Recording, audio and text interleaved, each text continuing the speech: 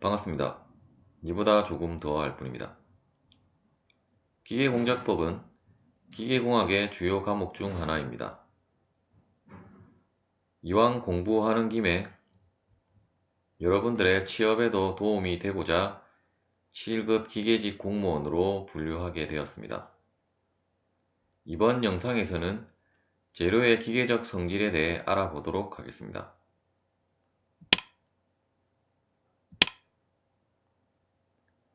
기계공작법의 개요에 대해 살펴보도록 하겠습니다.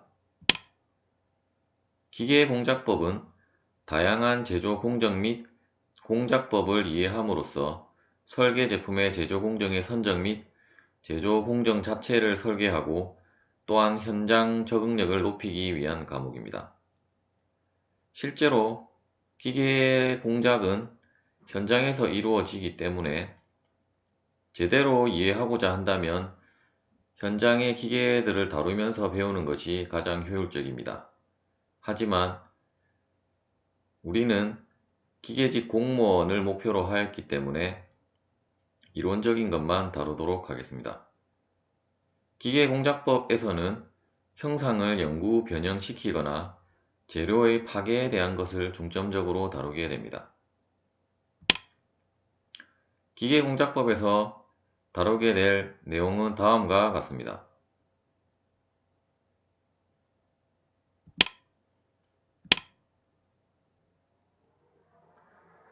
재료의 기계적 성질에 대해 알아보도록 하겠습니다. 먼저 재료는 물리적 성질, 화학적 성질, 기계적 성질을 가지게 됩니다.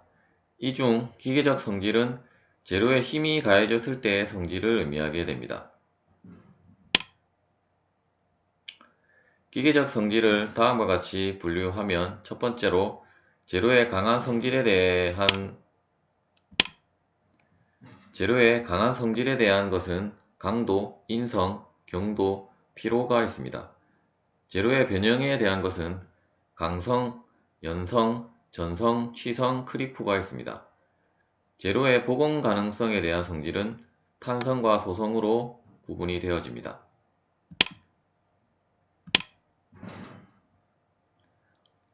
먼저 강도에 대해 알아보도록 하겠습니다. 강도는 재료가 파괴되기까지의 저항을 의미하며 일반적으로 단위 면적당 힘으로 나타내게 됩니다. 좀 더 쉽게 설명하자면 어떤 물체에 힘이 가해졌을 때 그 물체가 얼마의 힘에 파손이 되는가를 나타내는 정도를 강도라고 합니다. 강도는 외력의 작용 방법에 따라 인장 강도, 굽힘 강도, 전단 강도, 압축 강도, 비틀림 강도로 구분이 되어지며 일반적으로 강도라 하면 인장 강도를 일컫습니다. 강도는 또한 응력과 관계가 있고 따라서 강도에 대한 내용은 주로 재료역학을 알아야 합니다. 다음은 인장 강도에 사용되는 시편을 나타낸 그림이며 이러한 시편은 규격화가 되어져 있습니다. 우리나라 KS 규격은 KSB 0801에 이러한 시편에 대한 내용이 명시되어져 있습니다.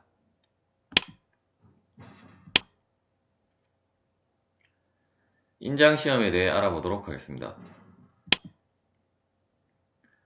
다음은 좌측의 사진은 인장시험기이며 이러한 인장시험에서 사용되는 실제 시편의 사진이 오른쪽에 나와 있습니다. 이러한 인장시험기는 좌측의 인장시험편처럼 나사로 체결을 하거나 혹은 이러한 사진에서처럼 척킹으로도 시편을 고정을 하게 됩니다. 또한 인장시험기는 인장시험편의 신장량을 알기 위한 이러한 익스텐소미터라는 센서가 부착이 되어지고 또한 인장시험기에서 하중이 얼마만큼 가해졌는지를 측정하는 센서가 또한 부착이 되어져 있습니다. 이러한 인장시험기에서 인장시험편을 사진과 같이 인장을 하게 되면 계속 인장을 하게 되면 다음과 같이 네킹 현상이 발생하게 됩니다. 이러한 네킹 현상은 재료가 파손을 시작하는 현상이 되게 됩니다.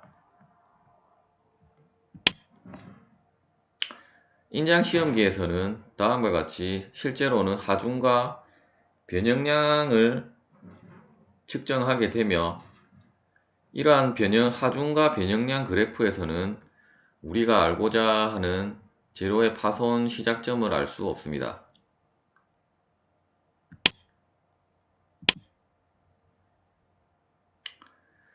그러한 파손 시작점이나 여러가지 정보를 알 수 없기 때문에 측정된 데이터에 조작을 가하여 응력 변형률 선도를 우리는 해석을 하게 됩니다.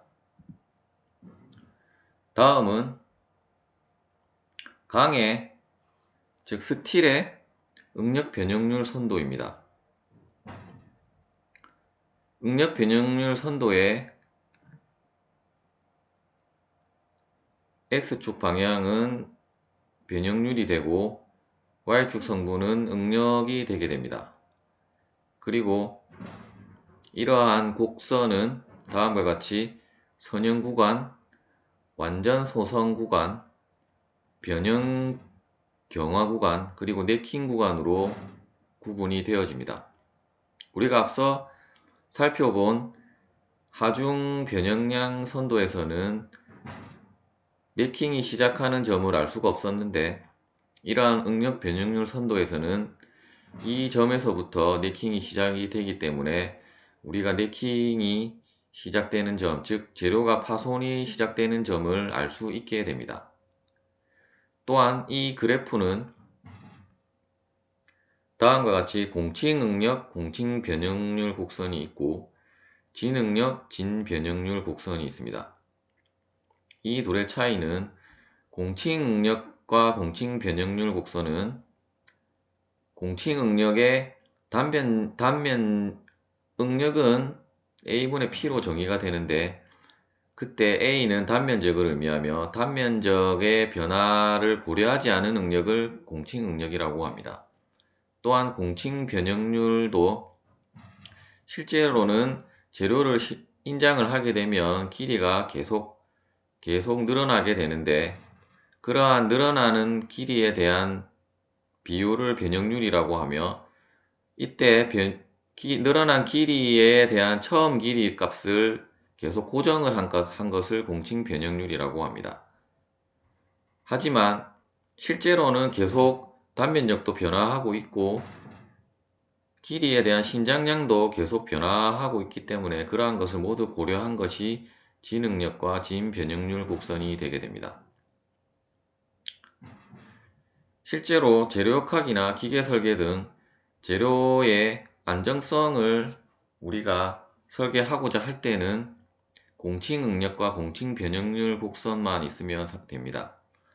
하지만 기계공작법에서는 실제로 우리는 재료의 파단점을 알아야 하고 그리고 재료가 얼마만큼 변형을 하는지를 알아야 되기 때문에 이러한 진응력, 진변형률 곡선이 필요하게 됩니다. 좀 더 이제 이러한 점들과 직선에 대해 조금 더 자세히 살펴보도록 하겠습니다. 먼저 항복 응력은 다음과 같이 이 B점이 항복 응력이 되며 또한 이 항복 응력에 해당하는 B점을 항복점이라고도 합니다.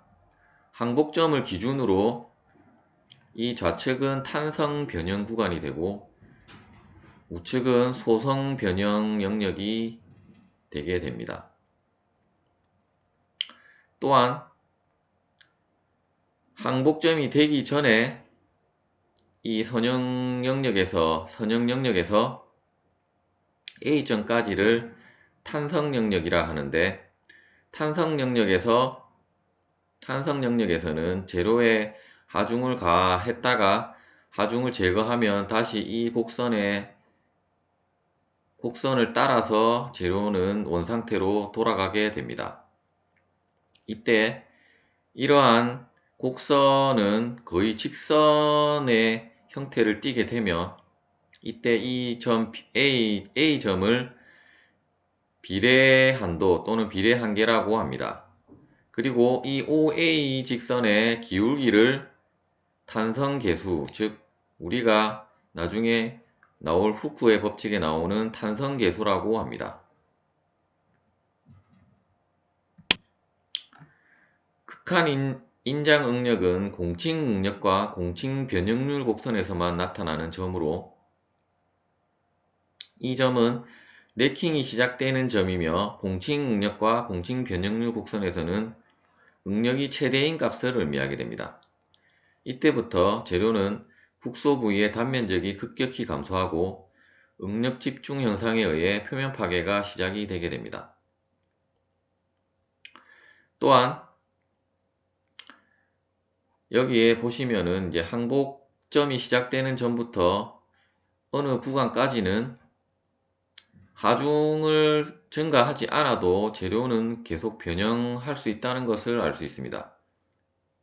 하지만 이 시점을 지나게 되면 재료를 조금 더 인장을 시키려면은 하중을 더 가해줘야 되게 됨을 의미하는 곡선이며, 이때 이 곡선의 영역은 변형경화라고 하는데, 변형경화란 이러한 하중을 제거를 하고 다시 이 재료를 인장을 시키려고 하면 더 많은 힘이 필요하게 되며, 또한 이러한 항복 응력값이 계속 높아지게 된다는 것을 의미하게 됩니다. 이 스트레인 하드닝에 대한 것은 추후 다시 자세히 설명을 드리도록 하겠습니다. 마지막으로 탄성계수는 앞서 설명드린 대로 이 OA 구간의 직선의 기울기를 의미하게 됩니다.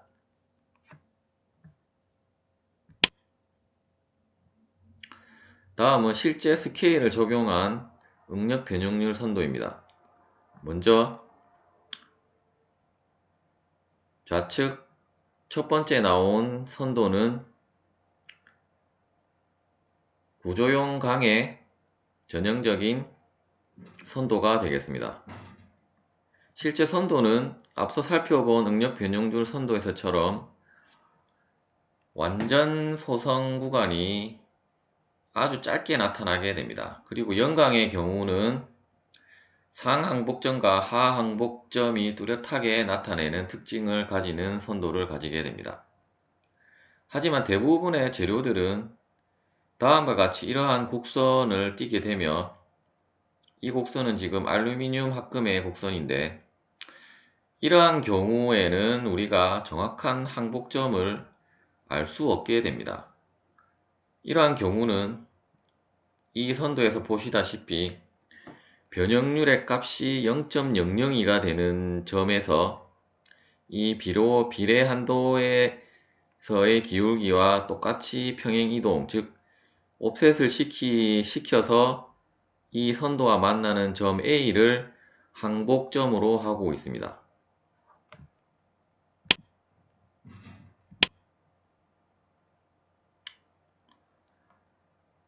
후크의 법칙과 영스 모듈러스에 대해 알아보도록 하겠습니다. 다음과 같이 재료를 인장을 하면 다음과 같이 L0의 원래 길이에서 L만큼의 길이가 변형이 되게 되고, 또한 이렇게 신장을 하게 되면 단면적은 감소하게 됩니다. 이때 응력을 인장응력이라고 하며, 인장응력은 다음과 같이 A분의 P로 나타내게 됩니다. 조금 더 엄밀하게 얘기를 하자면 인장응력은 수직응력이 되며, 수직응력이란 이러한 단면적에 수직한 하중이 작용할 때의 응력을 의미하게 됩니다. 그런데 이러한 응력에서는 재료의 어떤 물체의 형상에 대한 정보는 알 수 있지만, 즉 형상이 재료가 굵으면 응력값이 커지고, 재료가 만일에 얇으면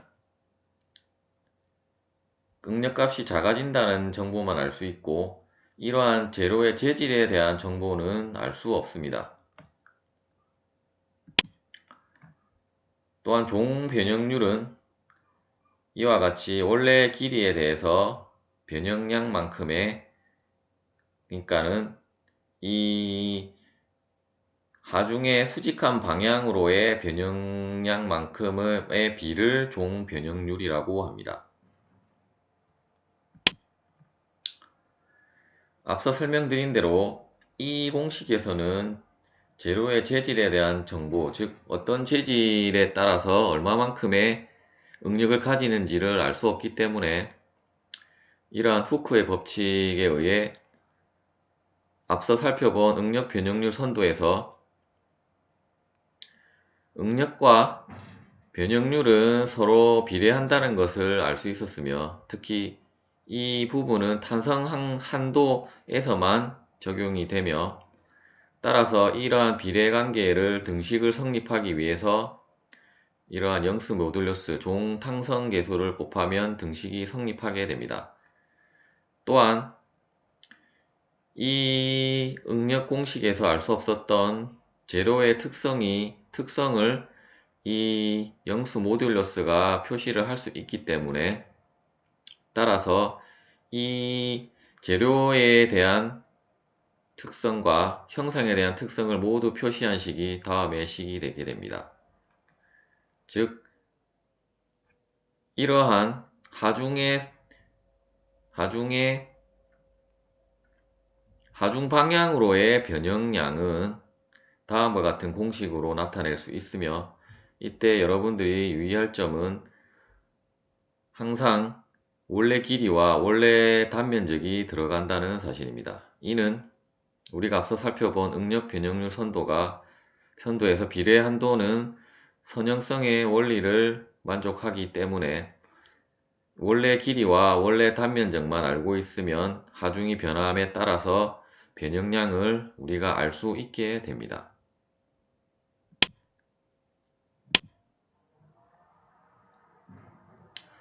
다음은 시어 모듈러스, 즉 전단 탄성 계수에 대해 알아보도록 하겠습니다.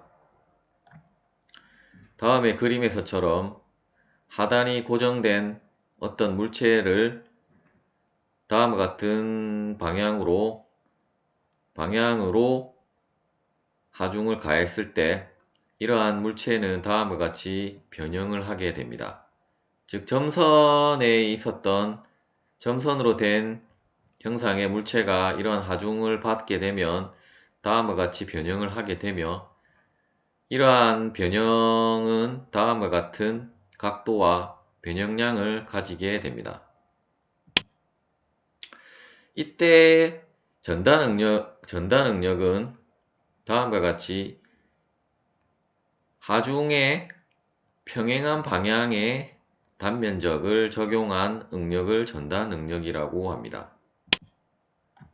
또한 전단 변형률은 다음과 같이 각도의 변형률로 나타내어지게 되며, 또한 각 탄젠트 시타는 탄젠트의 정의에 의해서 L분의 델타가 되게 됩니다. 또한 이 각도가 아주 미소한 값을 가지게 된다면, 각도의 단위가 라디안이고 아주 미소한 값을 가지게 되면 탄젠트 시타는 그냥 시타와 값이 같게 됩니다. 또한 후크의 법칙에 의해 전단 응력도 또한 전단 변형률에 비례를 하게 되고, 이때 등식을 성립하게 하는 계수가 바로 전단 탄성 계수가 되게 됩니다.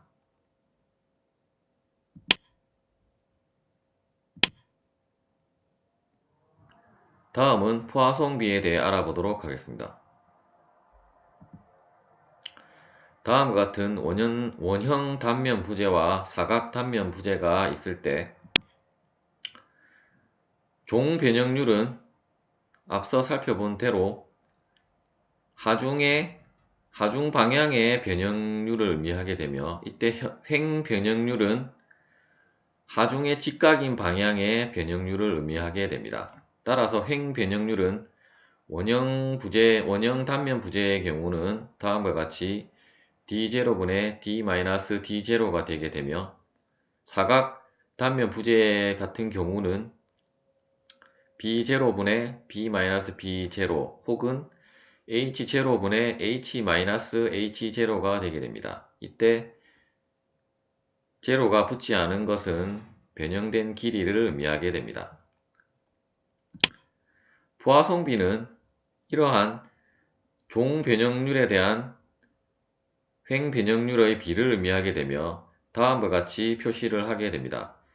이때 마이너스 기호가 붙는 이유는 항상 인장을 하거나 압축을 하게 되면 길이 방향의 신장을 하게 되면 이러한 직각 방향의 변형률은 줄어들기 때문에 음의 값을 가지게 됩니다. 따라서 항상 포화송비를 양의 값으로 하기 위해 마이너스 기호를 붙이게 됩니다. 또한 우리가 포화송비를 알게 되면 우리가 행 변형량을 알 수 있게 됩니다. 계산을 할 수 있게 됩니다. 탄성 변형에서 재료들의 포화송비에 대해 알아보도록 하겠습니다. 강은 0.27에서 0.32 정도의 값을 가지게 되고 알루미늄은 0.35, 구리는 0.33에서 0.36, 고무는 0.45에서 0.5, 코르크는 포화송비가 0을 가지게 됩니다. 또한 소성 변형에서 포화송비는 강은 앞서 살펴본 탄산 변형에서와 달리 0.5라는 값을 가지게 됩니다. 또한 어그제팅 머티리얼이라고 하는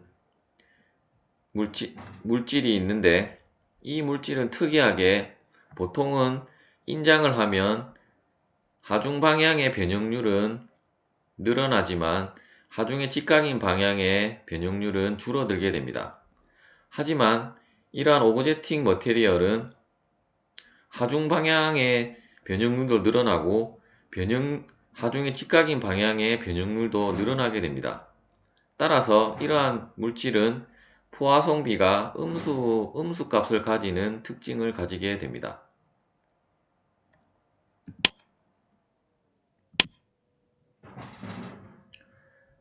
다음은 벌크 모듈러스에 대해 알아보도록 하겠습니다. 벌크 모듈러스는 최적 탄성 계수를 의미하며 모든 방향의 압력이 동일할 때의 탄성 계수를 의미합니다.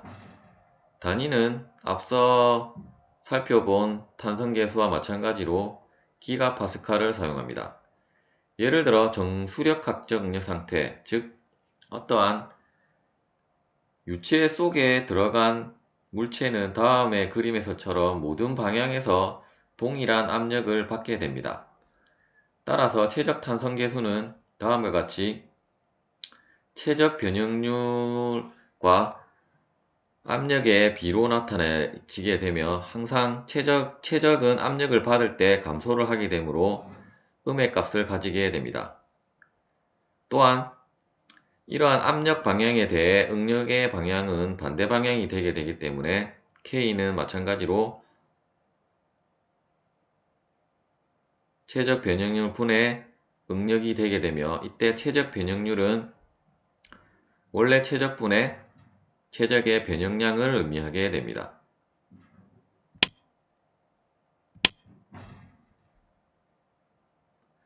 다음은 탄성계수 EGK와 포화송비 누, 포화송수 M과의 관계식에 대해 알아보도록 하겠습니다. 포화송수는 M으로 표시하며 M은 포화송비의 역수를 의미하게 됩니다.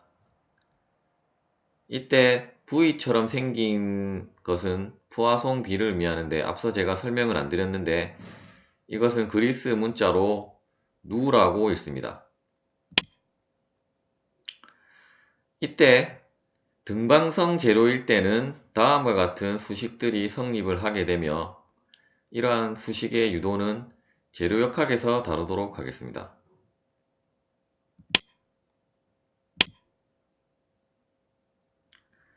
공칭 변형률과 진 변형률에 대해 조금 더 자세히 살펴보도록 하겠습니다.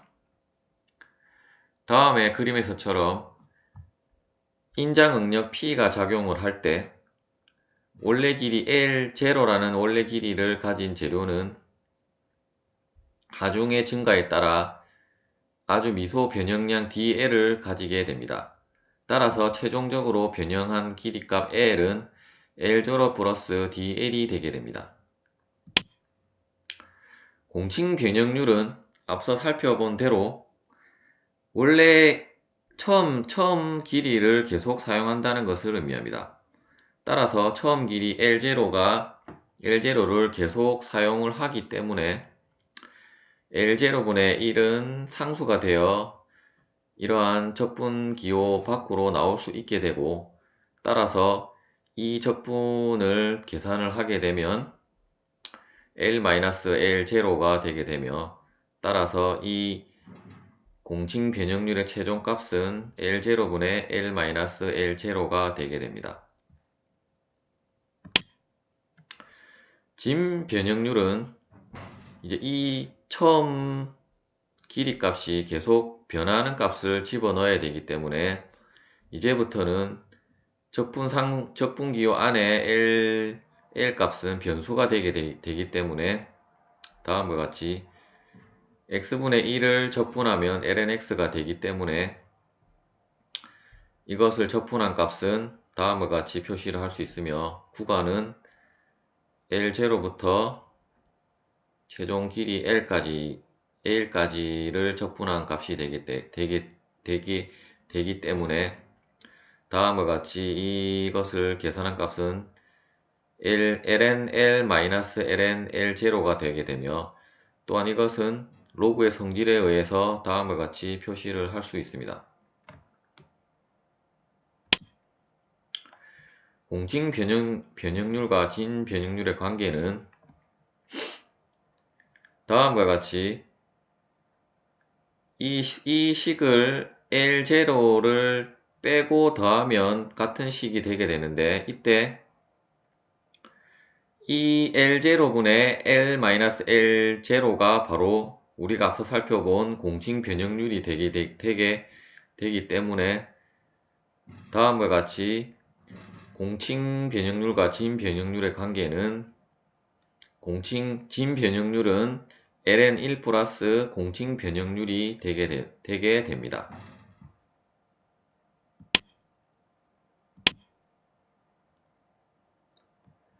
공칭 응력과 진 응력에 대해 살펴보도록 하겠습니다. 이러한 원형 단면 부재에 인장력을 걸게 되면 다음의 그림에서처럼 단면적은 계속 감소를 하게 됩니다. 이때 공칭 응력은 이러한 단면적의 감소를 고려하지 않고 항상 처음 단면적만 사용한 것을 공칭 응력이라고 합니다. 진 응력은 이러한 단면적의 변화를 모두 감안한 응력을 의미합니다.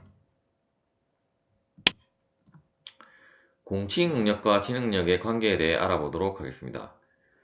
일반적으로 인장을 하게 되면 최적은 증가하게 되고 압축을 하면 최적은 감소하게 됩니다. 그런데 포화성비가 0.5가 되게 되면 최적의 변화가 없게 됩니다.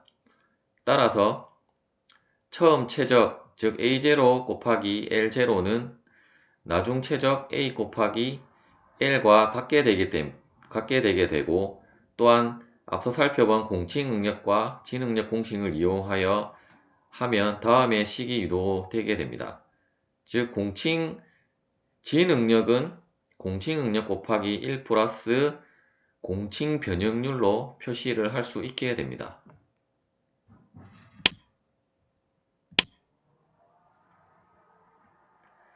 진 응력, 진 변형률 선도에서 변형 강화 구간의 진 응력에 대해 알아보도록 하겠습니다.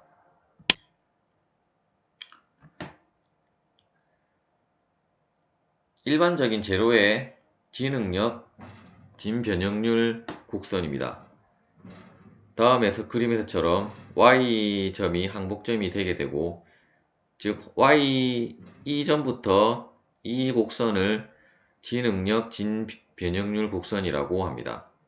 이러한 곡선은 특이하게 이러한 지수 함수의 곡선을 띠게 되며 이때 K는 응력계수, N은 변형 경화지수라고 하며 이때 N은 강은 0.15, 구리는 0.5 정도의 값을 가지게 됩니다.